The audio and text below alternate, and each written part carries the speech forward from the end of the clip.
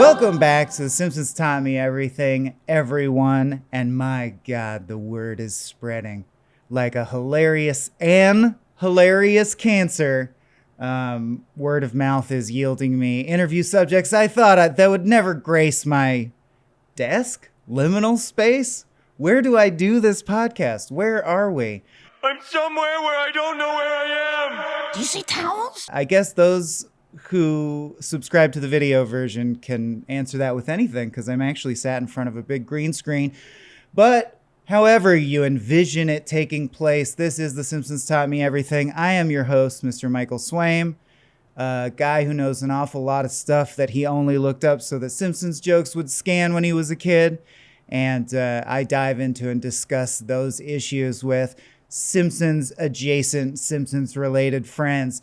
And, we had Cody Ziegler started the show off, a Futurama writer. Like, I'm generally pulling from my basket of friends and collaborators I've crossed paths with who happen to have scored a Simpsons gig.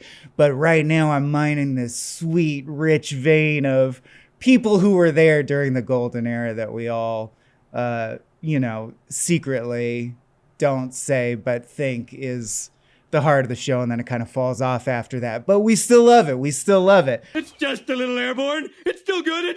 But a true legend of Simpsons is here to talk Simpsons with me, and we're going to focus it loosely on A Fish Called Selma, but generally on the writer's room and things we learned from the writer's room. The royal we. And the most royal we of all possible, please welcome Josh Weinstein. Hello there. I deign you, a king of Simpsons landia. Right, thank you. As a loyal subject, Absolutely. And Josh, just right out the gate, you brought this topic to me in the sense that it's super great for me. It's no games. Like, if you heard our Brian Brushwood episode, listener, it's like that. I'm just going to pick his brain. When we have a very, very special guest, we obliterate the format and we just go for it. And you wanted to talk about things learned in the writer's room. So my question to you would be, why center that on A Fish Called Selma? Hi, I'm Troy McClure. You may remember me from such films as The Greatest Story Ever Hoolered and They Came to Burgle Carnegie Hall. Afraid not. License, please? Can that be our way in? Because I was like, titling demands that there be an episode. Yeah. That we're doing Through the Lens. Why that one? That's also because some episodes go. First of all, the Simpsons writers' room is like I literally learned I was an ignoramus until I was in the Simpsons writers' room, and I learned everything I know about kind of like writing and creativity from sitting in that dirty room. Is that true? Was it not nice? No, you know what? Like, paint a picture. Was it? It was pleasantly. I won't say unpleasant. It was pleasantly run down. Yeah, it was like a college. It was like a college commons room. Yeah. Where it was like literally, it's like now it's fancier. There's like a table, an actual table in there, but that people sit around. But when we were there in like seasons 3 through 8. There were it was like a bunch of rundown sofas kind of like in a circle, and then a chair that the head writer, who the person leading the room, often it was Al Jean, would sit in a office chair kind of in the there would be the sofas around it, and then the chair facing it, and then a really cruddy coffee table in the center of that. For a couple of years had this Butterfinger BBs dispenser with kind of these moldering Butterfinger BBs that were like the worst Butterfinger product of all, so people didn't eat them. And also people there's a lot to say about the writer's room, and I haven't even answered your initial question. Okay, we're there. But to the Butterfingers BB thing, there's also, because like this was the days before people had the internet on cell phones and barely even had cell phones. Right. So there wasn't a lot to do, and so you get bored, and someone took a bunch of Butterfinger BBs and molded them into like a big cube and then stuck it to the ceiling, and it was on the ceiling for about 5 years. So it's like this random mundane thing, but that's now inseparable. Yeah, for you. Yeah, I think it was removed at some point Butterfinger when the didn't room like was how it clean. reflected on the brand. Yeah. Yeah, but anyway, and then it was just like there on the walls there were boards with like story cards on them and old Simpsons posters, Mm. and it was just like it was just really comfy and run down and nice. And is that, as a writer myself, sir, what did you guys use the cards? Is that generally how a plot is beat out in Yeah, a room? it depends. Like some people like Bill and I were more reliant on cards because we're like super anal, and so like to like see them before you and see the ideas you have done and haven't done, and like organizing a season. Hmm. So, but I think everybody, I'm pretty sure like Mike and Al used cards. I Okay. think Sam did because he came from the old sitcom world where you'd use cards. Hello, Mr. Kearns. I bad want money now. Me sick. Ooh, he card reads good. And then is what I gathered from running jokes on the show accurate? Like you would meticulously organize the season and then someone from Fox would come in and just smear it all around? Is that accurate?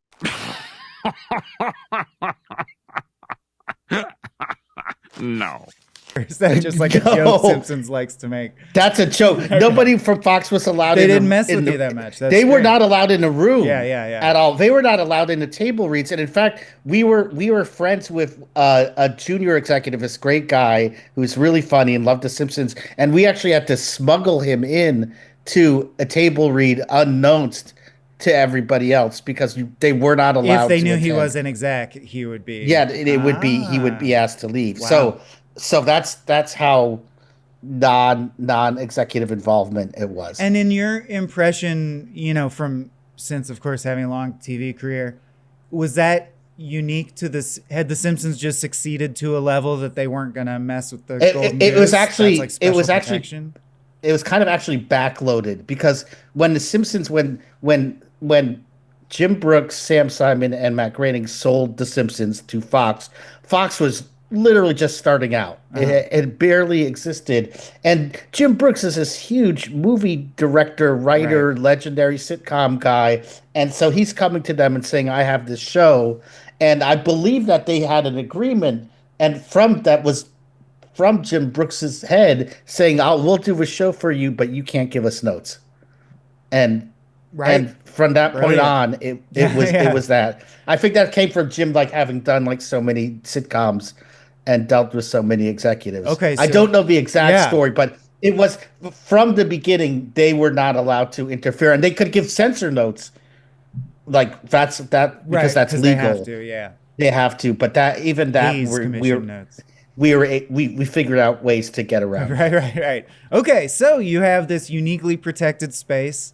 Amazing place to have landed, I think, probably Right. for any writer.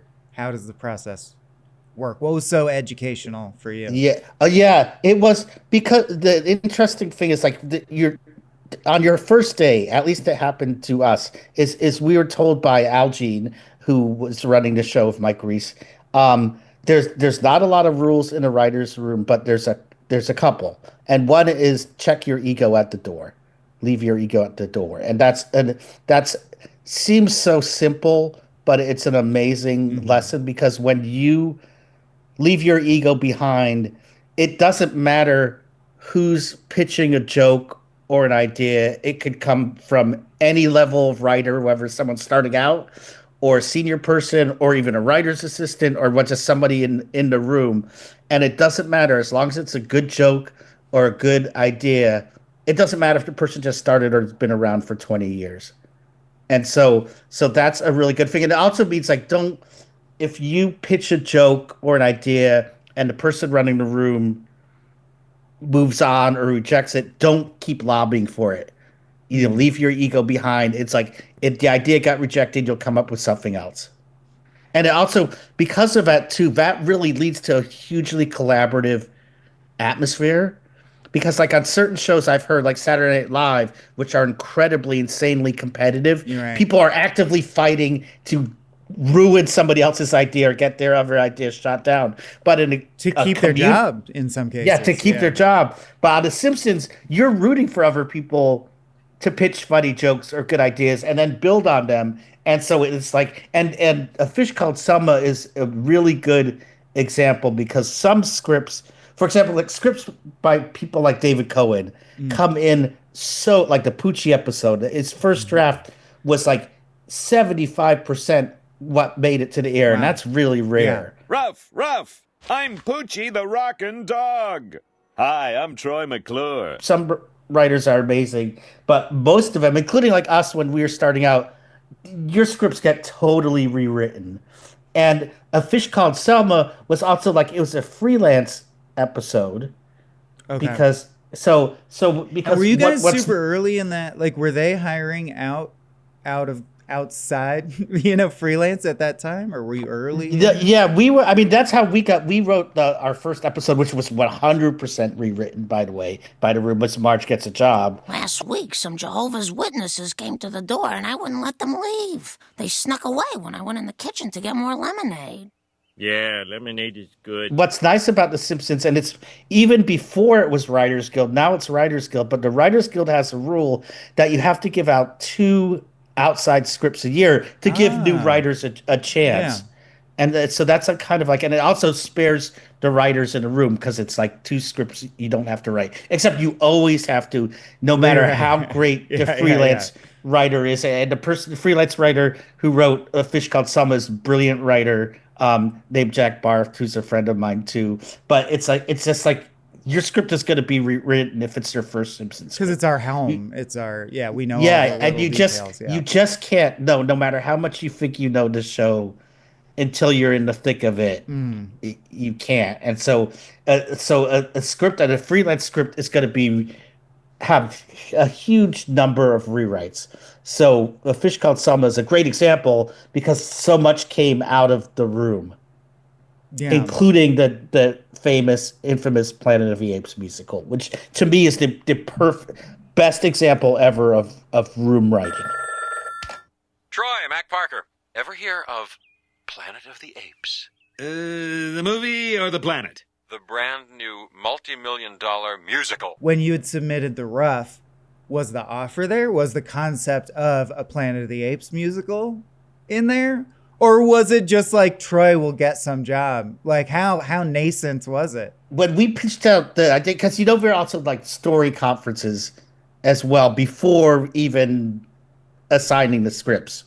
Gotcha. So and I don't recall what happened in the story conference for this story. Oh, I do recall something, but sorry, I'm old, and so my brain sparks. Good, very good. And farts. I'm old. Gimme. Wait, what was the question? As I said, I'm old. I was asking about because you mentioned this in the email thread too. And I will risk digressing and completely forgetting everything to say this show started with a month-long breakdown of the Monorail song. So it's funny that we're ending up right back with Phil Hartman singing. Oh, right, yeah. The Planet of the Apes musical, a legendary sequence. I'm glad that the writers think of it that way because I know it's a legendary sequence like in my household, growing up. It was and it was acknowledged, recognized by laymen and civilians. You know what's special about that sequence? It's the tightness. Like everything is. Everything fits. Okay, this is. This made you remember something. Yeah, this made me remember your question, which made me remember my life 30 years ago, which is that the whole idea of a Planet of Apes musical was not in the original pitch. Nor was it an original assignment that we gave to Jack Barth. Right. Okay. It was just that he was going to have some sort of comeback, sort of comeback. Right. Yeah. And even not even necessarily a musical. And I remember some things I don't remember at all, as I said, right. And some things I remember distinctly. And I distinctly remember where I was in the room when Steve Tompkins, who's another writer, who's brilliant, who doesn't get enough credit about his contributions to The Simpsons, he said, "What if we do a Planet of the Apes musical?" Oh, okay. You even remember who originated? We were rewriting the script, and we got to the point of like, okay, what's Troy's comeback gonna be? Right. And so Steve pitched that out of the blue just Wow. like that. Yeah, yeah. And there was kind of like silence, and you could tell some people were like, "That seems kind of stupid," and whatever. But I was like, I was running the room, and I was like, you know what? That could be brilliant and great, and let's go for it and see. We'll see in the next hour HMP&A. if is it viable, Yeah. or is it Do the stupid? support jokes present themselves or not? Yeah, Right. yeah. And that's a thing too. That's a big thing about the Simpsons room, why it's so great is because the other thing that Al Jean told us on our first day, besides leave your ego at the door, getting back to that first question, is never say no to an idea. Let the person who's running the room be the arbiter of all that. So they can go, let's move ahead or whatever. And if it's someone like Al Jean, they're going to be really nice about it and go like, let's keep going or whatever. They'll say no in a nice way. But as a writer in the room, you fucking shut up. Don't say, oh, I don't like that idea, or no, we can't do that. If you don't like someone's pitch, whether it's a joke or an idea, then pitch something better or pitch something that complements it. But What don't if say you no can to do a it. pitch perfect Marge grumble? Were you allowed to just throw those out? Yeah, people did. That's because it's I'm so sure that can bit get came so up. boring. Yeah. People would pitch in the voices. It helps sell a joke. What if she Yeah. did something Oh, like don't this? do that, Yeah, homie. yeah. That's Let and me also ask because for clarity. Marge is easier to do. Yeah, go What ahead. is yeah, well, iconic in a way. That's as a deep fan of voice acting as a skill unto itself. Also, always strikes me how. I mean, you mentioned it in the show. Art Carney, blah blah blah, Edward G. Robinson. It's so many Yeah. voices are legacy voices. Snagglepuss is so and so, dates all the way back to vaudeville, dates back to. Yeah, yeah. It's like someone invented the Slim Pickens voice, and we've done it ever since. Simpsons characters are iconic in a way that even my voice actor friends are like, that Homer voice is very unique and hard to imitate. Yeah, that 'cause even Marge if voice is very yeah. unique, and like you can imitate it, but people know you're not Julie Oh, Kavner. Oh Yeah. yeah, you can't do it. The Homer voice is a perfect example because it started as a Walter Matthau It was an imitation, imitation, and right? and you can hear. Then you could go like, oh, that's Walter Matthau. But what Dan is doing now and has Is done it- for 30 is entirely He Mel unique. Blanked it. And He created an yeah, iconic cartoon and that's voice. the same Yeah. with every single cast member made those voices such their own that They're a banger cast. Yeah. yeah, you can't. I mean, replace it's like when lightning strikes with something like this, it's hitting at every level, of course. That's Yeah. why it's special. But for clarity's sake, what is the special power given to someone who runs the room? You've mentioned that several times. they're the arbiter of everything. They are the shaper of everything. Like you shape. If you're running the room, you're shaping and making the script because invariably, like I said, it's at least going to be like a 50% rewrite. Normally, even with the great writers, it's going to be like a 60% rewrite. So much is done in a room. So much depends on the person running the room and leading it along. And you have to have instincts to go like, this is an idea worth exploring, or no, this isn't a good idea. Let's move on. Yeah. And but you also have to keep the spirit of the room all positive, because one negative vibe or one sour Stan or sour Sally is going to bring down the whole room. And I've seen it happen. If someone comes in a bad mood, Yeah. you got to kind of like make sure the room is not brought down by it. Now let's forget our troubles with a big bowl of strawberry ice cream. There's a huge amount of like dynamics and psychology in both in running a room and participating in a But room. it sounds like That- they would be the person imbued with the power to say, we're moving on from this bit for now. Yeah. Would Yeah, that or usually is it- align with who gets the writing credit or be totally unrelated? No.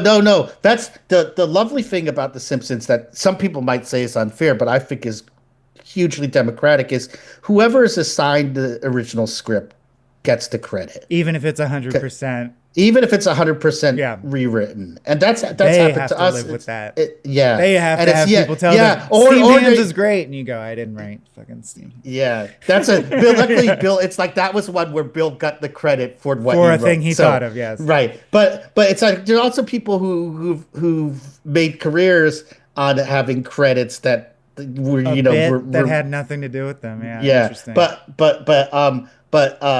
You like George Meyer's never written a joke in his life, man. He Oh just man, skated he's just through. made up. People think Swartzwelder's made up. George doesn't exist. Yeah, George yeah, is yeah. no, that's not true. George is another person who he does actually get a lot of credit, but he deserves a lot of credit. What's funny But about George is anyway, he's the yeah. most go-to example for the guy who needs more credit, which means he is getting a lot of credit. But Right, yeah, because please he's continue. somebody similar. Steve Tompkins, who I mentioned, are some Yeah. people who didn't write a huge number of scripts, but were hugely influential in the room. From day to day to day to day. Yeah. Yeah, The Yeah. human's about to escape. Get your paws off me, you dirty ape! He can talk. He can talk. He can talk. He can talk. He can talk. He can talk. He can talk. I can see!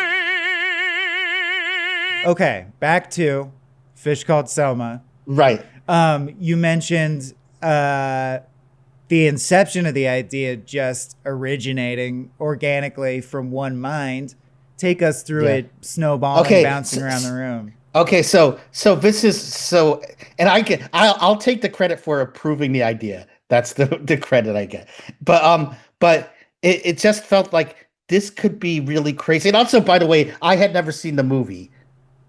You were just Planet away of the through Apes. cultural osmosis of the twist. Yes, and stuff. so I Yeah. think, and my argument is that's actually better because I only knew the major moments, like the Statue of Liberty, that it was Earth all along, Right. all that stuff. I just knew the points because jokes distill everything down. So me being an ignoramus about the movie was actually good. But anyway, so I was like, this is, you know what? Let's explore this idea for like an hour.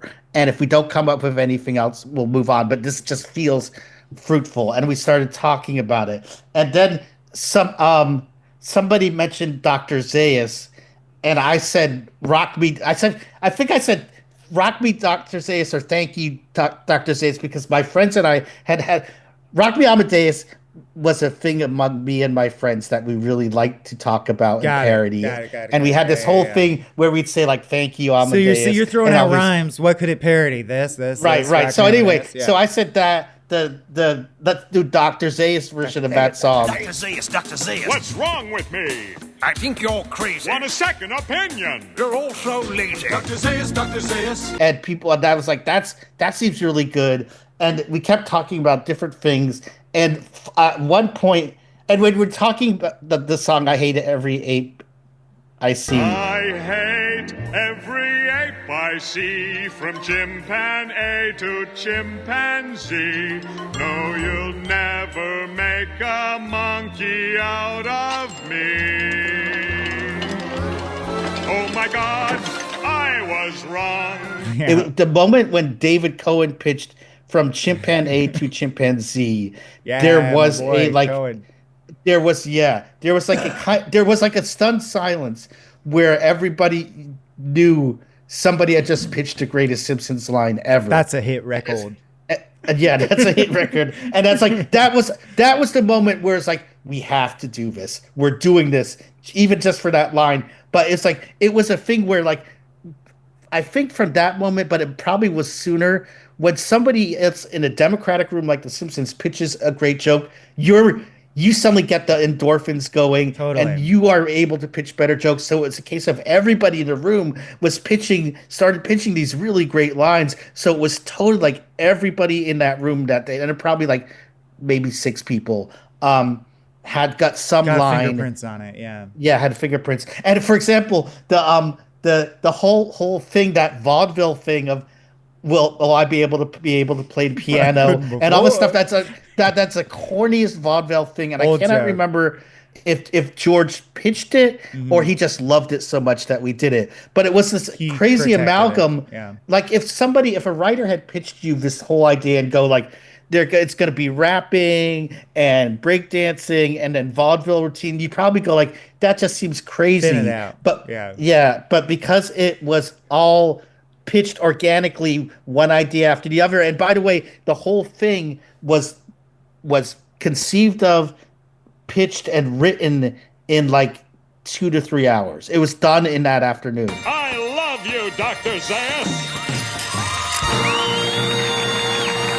Were you folks thinking Phil Hartman will be Charlton Heston? Like, do Do you know what I Yeah, mean? yeah, Did you write yes. around that at all, or just think of Yes, it no, as we knew. you We knew it knew was because like Troy? He was the the anchor, whole right? the So- whole idea of this episode was so we could do a whole Phil Hartman episode because we Ah, love Phil so much, and we knew it's like Phil made one of Straight the Lines best of funny. all time. Do Yeah. you have extruded polyvinyl foam insulation? No. Good. Assemble the aluminum J channel using self-furring screws. Install. What do I do in After case... applying brushable coating to the panels, Wait a minute. you'll need some corrosion-resistant metal stucco lath. Wait a minute. If you can't find metal stucco lath, Uh-huh. use carbon fiber stucco lath. Oh! Now, Bart. And also like in Bill and my seasons, we were like, it's time to start exploring these side characters because everybody knows the family well, and so like as long as the family is tangentially involved, let's fight. Let's see Troy The McClure's birth life. of the Let's See blank episode. Yeah, let's get Yeah, into Mo's life. Yeah. Yeah, exactly. Let's see what their life is actually like, and that's the whole genesis of it. Well, while I got you, I got to ask, do you remember who? Because I don't know if you count it as pre the actual sequence you're describing, because it's the line leading into the sequence, which I think is the greatest line of the episode. Yeah. You'll be playing the human. It's the part I was born to play. Oh, do you happen to it's- remember who gets the laurels for that banger? No, I Okay. don't. That's I don't. That's such interesting a good, about a that's such writer's good room line. too. Is Yeah. that you'll be like, to me, that's like a Mark Twain or a Dorothy Parker all-time Yeah. witticism, and it's just something. One of them said it. I don't know who. You know, that's Yeah, amazing. I to me. don't. It's just going. I don't remember it. Yeah. Yeah, and like I said, some things are wired into my brain like a diamond, and other things I'm like somebody must have said it in the room because I know because that. it's in the show. Yeah. Yeah, and it's a Yeah. good joke. I'm sure Yeah. I went, yeah, that's good. Yeah. So you bring that episode to bear. Is that because how unique was that experience? You know, you're grinding. Of course, like any sport or game or thing of chance, there's going to be like, this is probably dear to you because it felt like lightning striking, like the room was especially charged. Right. How often did you guys get in the zone there, considering that the work is seen, you know, by us out here, certainly my generation of comedy writers, as like, for a while there, it was a perfect no-hitter streak of classic sitcom episodes. That's why we love it so much. But I'm sure internally it didn't feel like, Oh, we're kings. All we can do is shit gold. It was the opposite in so many ways. And first of all, lightning striking like that was incredibly rare. I can count the number of times it happened like that on one hand. Okay. Another example is the baseball. Oh, sequence. Homer at the bat. No. That's no. very early. Here come the pretzels. Oh, yeah. That truly a black day for Hey, baseball. that was another instance of room writing where we had The delivery nothing. and Whitey's and that was- collapsing on the field. Yes. Hall of Famer Whitey Ford now on the field pleading for some kind of sanity. Some kind of sanity. That's it. It's every line in that is so well phrased. There's not even really jokes. It's just well phrased. But anyway, that's and another Jack instance. Lemmon. You got to work with Jack Lemmon. Now you're ready to make pretzels. Open your bag of ingredients. Ugh.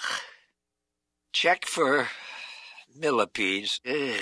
But the Here Come the Pretzel sequence is another case of like that was written in a super positive room spirit in like half an hour. The whole thing. That it just came quickly. And here come the pretzels.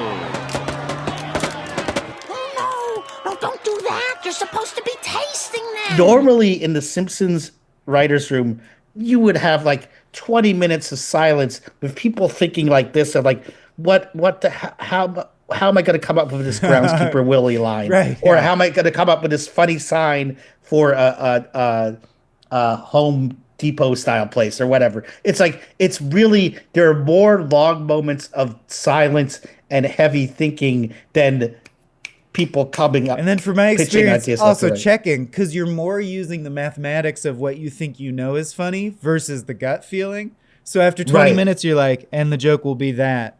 Is that fun? That's funny, right? Is that funny? Yeah. Yeah. And Okay, we select this it joke. gets worse. it gets worse as it goes gets longer and Yeah. longer. You're stuck on a joke. So like if you're running a room too, you Mm. have to like and we got better at this over the years of like cutting your losses and going like, okay, we're just gonna go with this B level joke for now Yeah. and move on. Yeah. But that's a hard thing to gauge too, because it's really frustrating because you love the show as much as the fans do, so you want every joke to be A plus, but you know it's just not gonna be. Look at me. Evaluate and rank me. Oh, I'm good, good, good, and oh, so smart. Grade me. Are you mostly focused on comedy writing? Like in the fullness of your life? Do you I'm sorry to Yeah, not know. yeah. It's like You I like write my favorite mystery thing is novels coming as up. well? Okay. No, I'm just not writing a great American novel or That's what I'm getting. great Yeah. a great crime drama. Even though Bill and I did do a couple of dramas that were The really good Yeah, yeah. based on Hollywood, our experience in Hollywood. But it's more like I love jokes. That's my favorite thing. Me too. Yeah. So I guess bouncing off of that, um, you obviously really appreciate that aspect of it, the writer's room experience, and that everyone's contributing. And I just like it because it sort of is the embodiment of human diversity of thought. Like, of course, what's funny to me won't be the funniest thing to the next person. So we get a good mix by getting Right. everyone together. That's a really good point about the room because it's also humor is so subjective, You even want among to the hedge your within the bets. Simpsons and staff. And oh, this is by the way, this is a side theory I got to say Uh-huh. is like one of the reasons I think the Simpsons is so great is it doesn't just have one type of humor. It's Mm. like every great episode has like 20 different forms of humor Yeah. going. So there's something for everybody. But one of the things about room writing is like from one writer, and like if it's like a Swartzwelder or David Cohen or John Vitti, who's just like the top tier writer, you're gonna get a great script with a diversity of jokes and Mm. ideas. But normally it really does require a genuine diversity of writers in a room to come up with all these different ideas and jokes that kind of work together. And it is part of like you get, like you said, you get a flow going and then the ideas really start to work together. But if Yeah. there's not a flow going, it can feel real broken and frustrating. Yeah, yeah. So I guess that's what I want to ask is like, do you, when you're writing with just Bill, because I feel like two is different than six, or just any one collaborator Yeah. or even solo, are you personally all in on room writing for jokes? Do you think it's the premier I think process? there's two things. I think I love the one thing is like I also love writing alone and in Mhm. isolation. Like I need to be like literally like I'll go. There's a lighthouse up north that I will go and rent The a room. symbol of isolation. Yeah. Yes, of literal isolation, and like I get the best writing done there because I'm locked away and there's nothing for miles, so I can't go. I have no excuse to go anywhere, and I just sit and write. So Willem like Dafoe's there. there, but he's usually jerking off to Oh, with some yeah, and scrimshaw he's up in the mermaids. Yeah, lighthouse and yeah. just coming down and bringing me stuff and covered in You like seaweed my and crap. lobster? It's not that Yeah. intrusive. Yeah. March 15th. I wish I brought a TV. Oh God, how I miss TV. So I think there's a big benefit to a writer initially going off and writing their own thing. So it kind of has a solitary direction and one like kind of like one mind guiding it along. But then it totally benefits from the room taking it over. Yeah. And you can't like no matter like I'm bad at rewriting myself. And no matter how much I would rewrite a script of mine, it's not going to be as good as if you had a room full of really funny, right, smart right. people doing it. Yeah, yeah. It is So a cumulative both art those, form, or yeah, more yeah. hands. It was the best of times. It was the blurst of times. You stupid monkey. In those days, was grading in part of the writer's room? Is because Yeah, obviously yeah, from Life in yeah. Hell, he's got the joke mind for like setup and punchline. Was he also pitching and Yeah, he does like he wasn't in there all the time, but he would definitely come in. And like the thing is he gets a lot of credit, obviously. But one thing where he doesn't get credit is he He himself seems is humble about it though. Yeah, he's very good at giving credit to other people. But one thing where he doesn't get enough credit is he's actually a really good writer himself. Like he started as a not as a cartoonist, but as a writer and writing movie. I'm Oh, not writing music reviews and just wanting to be a writer. So he's really good at that too. So he kind of like, and also all of us, I think including him, learned in the room how to tell a story or how to tell a Simpsons story. Because like that was the way Simpsons stories are told was also very unique. Yeah, let's get into that. Forget the Yeah. actual punchline moment joke. That's such a clearly executable thing. What do you find unique about how would you guys approach cracking the underlying story of an episode? Well, because it's like when we came in, I think this was, I don't know if this started with Sam running the room, um, or with Mike and Al, but that the first act was always something different, and the story kind of came out of it. Like the Simpsons go to a boat show. It's some big like what you call like it's a set piece, but like Yeah. that seemed like that was like a really novel way. And with the Simpsons being animated, you could do stuff like they go to the boat show, The they misdirect. go to Tokyo, Yeah. whatever. It's like you could go anywhere and do anything, and then the story comes out of that. The Simpsons are going to Delaware! I want to see Wilmington. So like that was like always kind of like a fun way because the story kind of weaves into view. Yeah. It's, yes, famously, Simpsons will do the misdirect. I mean, The Simpsons itself finally, because eventually you do the meta joke where you explain what you're doing, and that's when it unlocked for. It took until Grandpa's, the episode's a fairly late season episode where Grandpa goes like, a tennis court? I thought we were buying me a graveyard plot. And Yeah. I was like, oh, that's how The Simpsons is structured. They always do that shit. I never noticed that. They're always going to go to the boat show, but this happens. And is that it? Is that the secret? It's a normal sitcom plot with an additional preamble. Well, it's a lot of pretty like simple secret structure. it is there's a lot of secrets to the Simpsons, but then it requires really good people to carry them out. But Yeah. a lot of the story By secret, plots, or I mean, like, what do you think makes it feel like it Yeah. feels? Yeah. right? Because it's also like a lot of the plots were classic, like all like at least like in the 90s, like we were people who were kids in the 70s or even 60s, and grew up watching classic sitcoms. And a lot of Simpsons stories, early Simpsons stories, are like the classic corny sitcom plot, but with a twist. Mm-hmm. And it's like it's kind of like, you know, like the boss is coming to dinner. Right. But he Crummy. ran over our son. Yeah, exactly. Like you amp it or you twist it in some way. or Yeah, subvert exactly. it. Yeah. You find some way to subvert it, and I mean that's part of the whole appeal of The Simpsons, isn't it? That it's subversive and it subverts sitcom stories, but it's also sitcoms gave The Simpsons the alphabet to work with, or whatever the tools to work with. Those were the days! Yeah, I think that's also what it pioneered for me is even densely packed humor, like, you know, obviously predates. Like, I loved the Marx Brothers, and they also do world-breaking surreal stuff, and I loved Airplane, and it is technically a parody, but it's a parody of one thing. The Airplane Right. movie is a parody of that Airplane movie. What if it had jokes? Simpsons was like, you better be fairly well-versed in pop culture if you want to get all the jokes that are available to you. Right. And I do think that was a unique offering at the time. I don't mean to denigrate because Mad Magazine is not considered the height of joke writing, but it's almost like you blended up a Mad Magazine and injected it into your veins with sharper joke writing. And Yeah.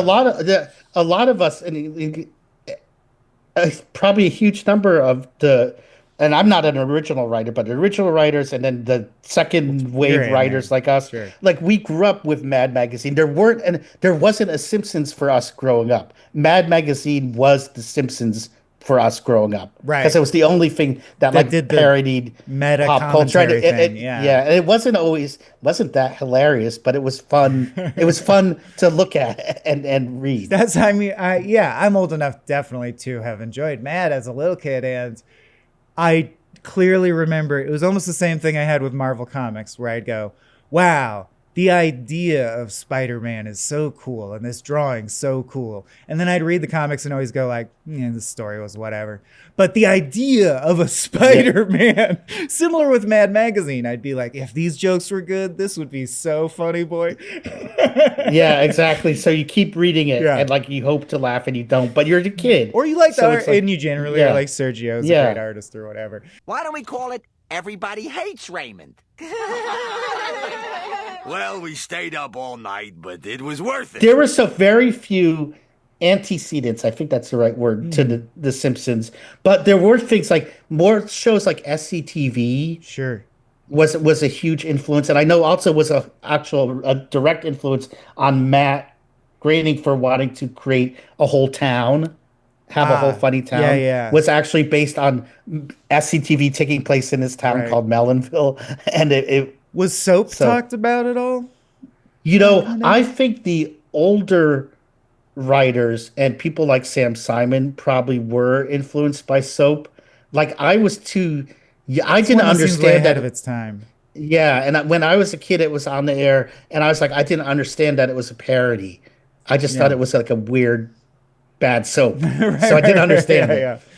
Yeah. But for me, like it was SCTV that opened my eyes. I was like, whoa, you could do really good pop culture parodies, but also have running stories and characters. Dave Thomas. That's the good Yeah. stuff. Okay, so let me ask now, since Simpsons, how, because nominally we're talking about like what I learned from the writer's room. Yeah.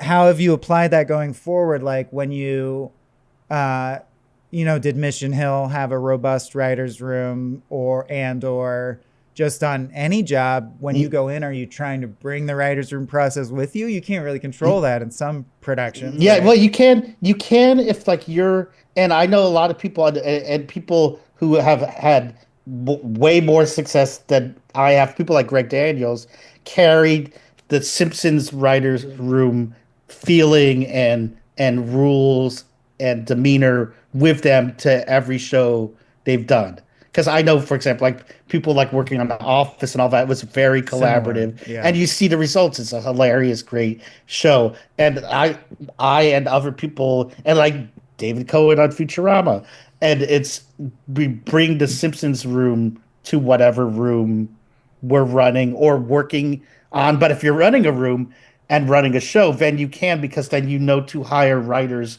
who will get along with people and know or can learn. Like you like if you're a new writer, you have no idea like how a room works, so you can lead by example. Well, the key is, see, you wait till a lady says something really funny, then you say it louder than that.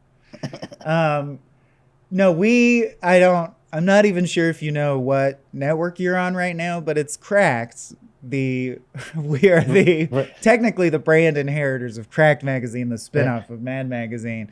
But I only bring this up to say that. No, I love Cracked. Oh, by great. the way, Cracked is talking about like evolution of things. We had like a 10-year internet resurgence where we had some popular stuff. Yeah. Cracked evolved in a delightful way, because Cracked used to be the secondary magazine for kids who read the entire copy of Mad and needed something else. Complete collections of Mad, Cracked, and the occasional issue of Crazy. No, but I mean, hopefully if you're familiar with our golden era, which at this point was like 8 years ago, very similar vibes. We are all children who, of the Simpsons writing room model, and employed that model intentionally and had great success with it as well. So what you're describing really mirrors how Cracked worked, and Cracked is really the only place I've spent a lot of time in my career so far other than Alone. So I'm wondering how ubiquitous is it? Like, I can confirm for us, this channel, the Simpsons Writers Room model, which we intentionally mimicked, worked really well for us. Do you find, I don't even know what the wider world is like. Has the industry just adopted that, or all sitcom cartoons? Well, no, I think it's like, it's people that come, it's similar to like people who came from, the Dick Van Dyke Show and had worked on like That Was the Week That Was, and they carried like that spirit of their room. along. And it's just, I would just say it's people who worked on The Simpsons and have spread forth into sitcoms or writing worlds. They've brought it with them. Hmm. I don't know. I've been in other rooms and in other animated showrooms, and it's not always exactly like it. Where Yeah. it's like I've seen toxic animation rewrite rooms where the people running I the guess that's what I'm room getting and at. Have you had bad can times? be, Yeah. yeah, and they could be. I've been in a show that's just as a writer where people running the show are wonderful people, really funny, very nice, but they didn't know how to about the dynamics of the room, and they would shut things down in such a way that's another thing is if you shut down an idea, go like, no, that's stupid or whatever. Even if you Yeah. don't mean to be mean, it curtails creativity because it makes people feel bad. It is so simple, you egghead writers would have never thought of it. So I think it hasn't it's not ubiquitous, but it's definitely around in pockets Yeah. of people, and even people like you guys on Cracked, who even if somebody hadn't worked on The Simpsons, kind of surmised like how it must have worked. Yeah. Well, I mean, we openly talked about reading about, it's structured this way. Let's give that a shot. Oh, this works really well. Right. So yeah, similarly, many crack sketches that fans might have some place in their heart for. Any particular line you shout out, it's like, I actually don't know who wrote that exact line. There was a lot of talk flying around. I know who was Yeah. taking notes. They got the writing credit, but it was like a team effort Yeah. thing. And that's the thing too, is like you're really happy. Like I said, when somebody else pitches a great joke, that in a collaborative environment that makes you happy. And it also means like you're gonna get out be able to go home sooner. Come on, kids. Let's go home. We are home. That was fast. I was gonna ask just because that is, it's easier said than done to leave one's ego at the door. Did you ever did challenges or conflict ever arise from that sort of nebulousness of the room idea? Like, was anyone ever like, look, I don't mean to be a diva, but I wrote that joke and I want writing credit for it, or like, No, why do nobody they ever get their name on the episode? And it's all that written? part, the credit part was just understood because it's like everybody in the room is going to get at least one script, usually two per season, so that you'll get credit and Oh, payment and that would for. mollify. It's like, so calm Yeah. down, dude.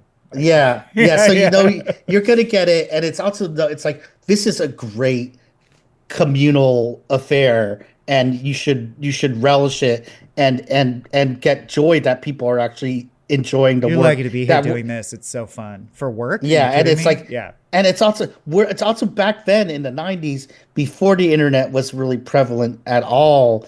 We were really writing, and also like the show had already become a big success, and now felt like it was kind of going downhill. Like I'm talking about in our years, like it was like we didn't have much contact with the outside world. And also I'm telling you about this is another side thing is we had plenty of table reads of episodes that are now regarded as classics that were very bad table reads, and that people on the show were like, oh, Wow. that's not going to All work. right. And it just to whoever running the show go like, no, I have confidence this idea is going to be good. But my point is like we were so isolated at that point in the 90s, and we weren't the only fan feedback we were getting was from alt TV Simpsons, where they were saying in seasons 3 and 4, the greatest seasons ever of any show ever, Yeah. that it was already the Simpsons is going downhill, and worst episode ever. That comes from seasons 3 and 4 fan criticisms. Before I was just bored with their antics and their merchandise. Now I wish they were dead. So we were really isolated. We stopped looking at alt TV Simpsons because it just made us mad. And so we were really writing for ourselves. Yeah. And what made us in the room laugh. And that's another kind of secret in a way, is like you got to write Eye on for the ball. yourselves. Yeah, and be pure of heart and intention. I mean, it sounds so corny, Yeah. but it's like actually be there for the It's right true. reasons. You can have it in your heart. I really hope this is a huge hit, and I have a long career in Hollywood, and I get all the financial things that come with that, or whatever. But not right now. Right now, you got to play. Like if you can't access purely that we are here to play, then your Yeah. mind's not in the game or whatever. Yeah, for Right, sure. you've got to be, and it's also like at the time too, we were not like we assumed also at the time like this show maybe it will go on 10 years, if 10 seasons, if we're lucky. Right. And I know like the guys were writing the original episodes, they thought it was gonna just be a summer replacement show. Like they thought that it wasn't gonna last, that it was a temporary job. And so everybody's always just writing from a love of the show itself. And that's another reason it's so good. All right, so given that it Simpsons did feel, which I love to hear as a fan, like a special place and time full of special people doing special things. Ralph, you'll be on special teams. I'm special. And I ask this from a very heartfelt place because I'm undergoing a microcosm of a similar arc in my own life. You mentioned being old, and it seems like this was a special time in life. How are you feeling like the rest of your life? How's that going? That's good. It's going fine. Okay, good. It's definitely it's like any career. It's had like its ups and downs. Yeah. And it's up, and so it's fine. But I think there's like it is like The Simpsons is and was lightning in a bottle. I think that like no matter how like I've run a number of other shows, created others, and others that have obviously failed and or never gotten off the ground. And I think it's just like The Simpsons was created at such a unique point of time in is such a unique situation that it can't ever be equaled. And so I've kind of either accepted or resigned myself to like that is the greatest thing ever, and anything else I do after that is going to be the attempt to recreate that, including recreating the room. And it's like to various successful degrees. Like Mission Hill, I would say was 100% successful, but then it got canceled. Yeah. But it was 100% successful in capturing what we loved, and also How about what the we mullets? what we Were want. you on the mullets? Yeah, that was our show, and that was delightful. And at the time, and it was like that was done the same way with Simpson style had a rewrite room? room. Nice. Yeah, and a room of many people who had worked on The Simpsons and other shows like it. That show failed, but we loved it at the time. And that's the thing, to be sincere and hokey is like you have to love what you're doing or it won't come across. And even like a show like The Mullets, which failed, but people who liked it loved it. And that was a very small audience. But it's like the love you put in the show comes across, and the love of a show. Like you can't do it cynically unless it's a really cynical show, Right? Like X-Files or something. Sure. But you can't. It comes across. So you have to pour yourself into it. But I think for so many people like me, The Simpsons was like the greatest experience of their life, and so you're always trying to recreate it. But I've also resigned myself to like that's what people want to talk about. People don't want to talk about the Mullets, and some people, bless their hearts, want to talk about Mission Hill, which we love. And Bill and I went around the country talking about it. But people really want to talk about The Simpsons because it really affected their lives at an important moment. And it's true for me and Bill because we're the first fans to work on a show. We were diehard fans for seasons 1 and 2. Right. Yeah. And I still have my videotapes when I taped it off the air and watched it obsessively. And so it's like we were like, I get it. As a loyal viewer, I feel they owe me. What? They've given you thousands of hours of entertainment for free. What could they possibly owe you? I mean, if anything, you owe them. Worst episode ever.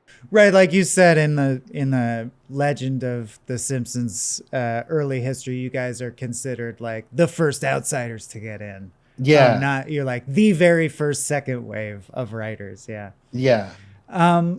People out there chasing that feeling, at any scale, or just trying to get together with their friends and craft a really, really good joke. Let's sort of round up what we've learned from this for them. You leave your ego at the door. We unpack that a little. I just want to make sure we're not like missing anything. That also, leaving your ego at the door also means don't lobby for a joke or idea if it's been moved on. Like I know people we would call it kill your babies. Like you have to kill your babies. The ball is growing. It works at so many levels. And I know people who've been in the biz for 50 years, and it's still really hard, but still use the phrase like "kill your darlings" Yeah. because like you have to be able to to cut things or just move on. There is if something that feels uniquely judgmental or almost all encompassing where you're like, wait, you don't think that thing that's so funny to me is funny? How can Oh you yeah, not? it's We have personal. to connect on Yeah. this. Why is it not funny? It's so Uh, funny to believe me. And it's like, believe we me, got to move yeah. on. You know what I mean? Yeah, the Humor is a feeling mystery in some regard. I still get anxious before pitching a joke, and then the feeling when a joke doesn't land and it doesn't get a good reaction, it's still heartbreaking. Like I don't think you can Still, ever wow, get yeah. over that. I mean, but that means you care. Because then You're invested. the feeling when you pitch a joke and everybody laughs is such a high that you want it. You keep Yeah. chasing that. Yeah. Okay, I know a good useful question for people out there who might want to mess around with this themselves. We talk I think it's cuz it's sexy and it's crunchy and it's technical, but we tend to focus on joke writing, like those flashes of inspiration where we Right. get the all-timer. We have only touched a little on like story structure writing, so just to give people a feel, how much time would you say balance-wise you guys were focused on what Homer needs to do before you're like, now let's just tell jokes. Let's Oh, do the right. dessert. Yeah. Yeah. That's a really good question because we would always make sure to get the story first. Dave Sutton, Springfield Daily Shopper. Who are you? Where are you going? No, do your research, Sutton. Like you know the basic story. And the thing is, like when you're actually in the room working on a scene or whatever, somebody might have a brilliant idea that then slightly changes the story. And you have to be, if you're running the room, you have to be adept at recognizing, like, okay, someone just pitched a better idea that actually changes the story, but we should change the story because it makes it better. But so you have to. But now you this have joke to, has to pivot and pivot or whatever. right. Yeah. So you have to be able to pivot story wise, but it is much better to have the basic story worked out ahead of time because then you know you have the construct for where the jokes go. And you know what angle the jokes will be because you know this scene has to accomplish X. And that's like a good writer's rule that I didn't always believe in, but I do now. It's like scenes have to accomplish something usually. Even in a cartoon sitcom. Even a crazy cartoon. Yeah. Like there's usually you want to have a purpose, at least an internal logic within a scene. But anyway, story is best worked out. And we would work those out as a group as well. You always, whenever somebody had an idea after a story conference, you go in and the first thing in the room you do is you map out the story, the basic beats. You don't get into the nitty gritty. People have a joke along the way. Great, that's awesome. You can put it in the script, but first you work out the story, then the person writes the script, then you start plugging in a joke. So for A Fish Called Selma, given that the title was the anchor, like, look, Troy's gonna fuck fish. We know that. That's our North Star. That's our anchor. Don't do that type of thing with fish. There's a really good story behind that too, because that came from Jim Brooks. And one of the reasons we had story conferences twice a year is because Jim Brooks is always so busy, and you want a lot. He has the most brilliant mind of all. And both for jokes, but also he would always get to the emotional heart of an episode. Like someone would pitch an idea, and he's able to pinpoint, like, you know, this is a Marge story because of X, and this is Marge, or Homer and Marge have to do this, or whatever. He would just come up with, and so part of a story conferences, which were super condensed mini rooms, was to lock Jim Brooks in a hotel room for like 2 solid days and get every idea you could from him. season. But it was in pitching out the story idea for A Fish Called Selma that we knew that Troy had to have some sort of perversion, something that was holding him back that maybe people in Hollywood knew, but it couldn't be upsetting. And it had to be kind of funny, and it could also only be implied. But it had to be a deal breaker. Like, eventually they're going to divorce at the end. We know that. Right. It has to be. And so, like, it has to be like, that's a really thin needle to thread. And I'm pretty sure that it was like Brooks. fucking a fish. Oh. I think he needs a little more attitude. Oh, yeah. Bingo. There it is. Yes, right there. That's it. I love it. I think it was Brooks who said, "What if he had an aquarium?" And that's just like that. And you're like, what do you mean by that, Jim? And he's like, you know what I mean. No, you didn't. And it was never actually, I think nobody ever said, fuck fish. Nobody said that because that was like, Even that behind may not closed be, doors. that may not be the fish perversion that he had. We don't know what, but it's so better that it's just implied. He might want the fish to look at him do something. We don't know. Right. The You don't know. details. Yeah, you don't know. Maybe, the fish like to watch. Maybe he's you in don't love know. with the fish, but it's chased. Right. We don't know. But it is so, and that's part of, sometimes humor is, a joke is great in its specificity, and other times it's great if just implying the comical implication, the fact that it just can only imply things, and it leaves it to your mind, your perverted imagination is what thinks about it. So like that's why the idea of him, and I think it was just that he had an aquarium, and that's the everything. only implication Brooks gave. What if I think has an aquarium? It's like. I think that's what he pitched the idea of fish, and I think it was just through Troy having an aquarium. But that's a great example of that. That's something that came out in the room. Well, you mentioned, and usually around about this time in the episode, in honor of The Simpsons, our format does something called Make It Important, which is where I pretend that the show has a heart. This is the part of the job I hate. Even though we all know it's just a joke machine. Oh, that's what. Wait. I think I'm going to ask what you want to say. Let me ask okay, it. Okay, ask it. Those episodes where it's like duck, duck, duck, duck, goose. This episode will make you cry. Like that's also a signature of The Simpsons and then Futurama. How did you arrive at? Was it organic in the room, or did you pre-flag throughout the season? This is going to be a heart episode, or would someone like James Brooks say? You know that when you think about it, it's actually kind of poignant that Lisa blah, blah, blah. And everyone would go, that hurt my heart. Or like, let's put that in. Like, how do you arrive at the moments where The Simpsons matters? Right. That's a really good question. There's a couple of things at play that come from the very original inception of the show. And this goes to, I think this is another thing that you're told like on your first day is like that no matter how crazy the story or whatever's happening, the Simpsons family always loves each other. Like it always comes down to that. So there's always a built-in genuine heart at the engine. That's an engine of a show. But also another thing that was a rule, I think kind of more unspoken, but everyone got, is that even though it was a cartoon, the emotions are always real. No matter what the situation is, the characters have to respond with real emotions. And that comes from like Jim Brooks and great shows like Mary Tyler Moore that were really like, he kind of pioneered sitcoms being emotionally real. Before him and shows like Mary Tyler Moore, they were more like crazy. They were corny joke machines, which could be really funny. But anyway, like, so the emotions being real is a rule that we had for every episode. But for example, when Bill and I mapped out our episodes, we just modeled it on seasons 3 and 4, and season 4, which we think is the ultimate season. So we said like, there's going to be this number of genuine emotional episodes. There's going to be this number of just kind of crazy episodes. There's going to be this number of so it is a little experimental clinical. episodes. It's a little it was kind of clinically analyzed, but sometimes you would be able to find like, oh wow, like you said, wait a second, there is a really good emotion in the midst of this craziness. You can actually pinpoint the second when his heart rips in half.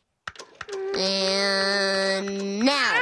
And it's also what we found, an interesting thing that I always say, and it's true, is that we always found that the episodes that have a really strong, real emotional hook, then people like the jokes better too. You like everything better because you're more into it. You're, as they say, more invested in the episode. So, for example, a show episode that I love, like Summer 4'2", has such a good emotional engine with Lisa that then all the jokes play better too. Well, did you call one of your friends? Friends? Huh. These are my only friends. Grown-up nerds like Gore Vidal. And even he's kissed more boys than I ever will. Girls, Lisa. Boys kiss girls. Yeah, no, that's like a secret of the show is that the emotions are always real. An open secret now, yeah. Fans, of course, will be like, oh, it's time for Futurama to do the episode of the season where we're going to cry. Yeah. Because if you can make people laugh and cry, then That's the chef's kiss. Scared is like the last palette. Yeah, if you also Yeah, master Scared. horror, then you got the trifecta. Yeah. I feel like I'm sorry, you just completely took me aback and forced me to meditate on speaking about being like, hey, that probably was my career peak, and that's okay. I was part of an amazing thing. Imagine being James L. Brooks. You're working on the fucking Mary Tyler Moore show, and you still have The Simpsons ahead of Yeah. you. Yeah, no, He's shaped my whole life, essentially. He's got so many peaks. My God. Mary Tyler Moore is, if people listening to this are younger and only know The Simpsons, Mary Tyler Moore is also a stellar piece of work through and through, really important television. Yeah. It's great. And if you want to see, like, there's so many antecedents and things where you can go see, like, I see the birth of X in The Simpsons in so-and-so. Like, Mary Tyler Moore is a great example where you can see how are the like, emotional colors played. Yeah, really great characters with really real emotions, and it's funny. Yeah. What more do you need? All right, well, let's end on that because I like that epitaph. Okay. And ask, is there, Bill, very eager to cram his weird food down our throats. Do you have any way for fans to interact with you at the current moment? Anything you're shilling or pushing or want people to listen to, or even if it's, he talked about Space 1999. If you want to go back and plug, yeah. Oh, what I'm should on. people check out. Yeah. I'll promote Bill's project because there's a sequel to Space 1999 called Space 1972, and it's being recorded. I believe you plugged that as well, but yeah. Yeah, and so I have a small role. Oh, great! In that, oh, cool. I did in the previous one. I can't talk about the one cartoon that I'm working on now. Good. That's still in its early stages. So I'm very thriving. hopeful. Yeah, You're NDA, I'm very hopeful so about thriving. it. Yeah, good. Yeah, but I can't say, and also I don't want to jinx it. Of course. But I will. I know. I'll plug my Twitter. Follow me on Twitter. It's Josh Strange Hill, which is a named after a British show I did like 10 years ago. It was a British puppet show, which is on YouTube, by the way, called Strange Hill High. We did like 2 seasons of it.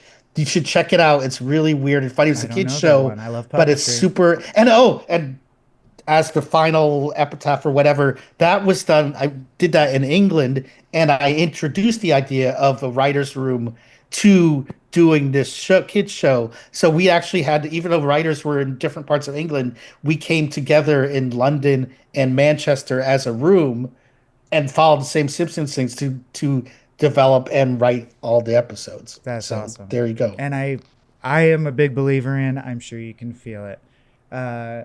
People in other iterations of our shop have asked what's the secret sauce to it? I'm like, unfortunately, an answer the executive types never want to hear.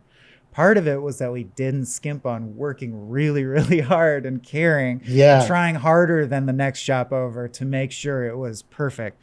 And they're like, well, that sounds hard. And you're like, yeah, well.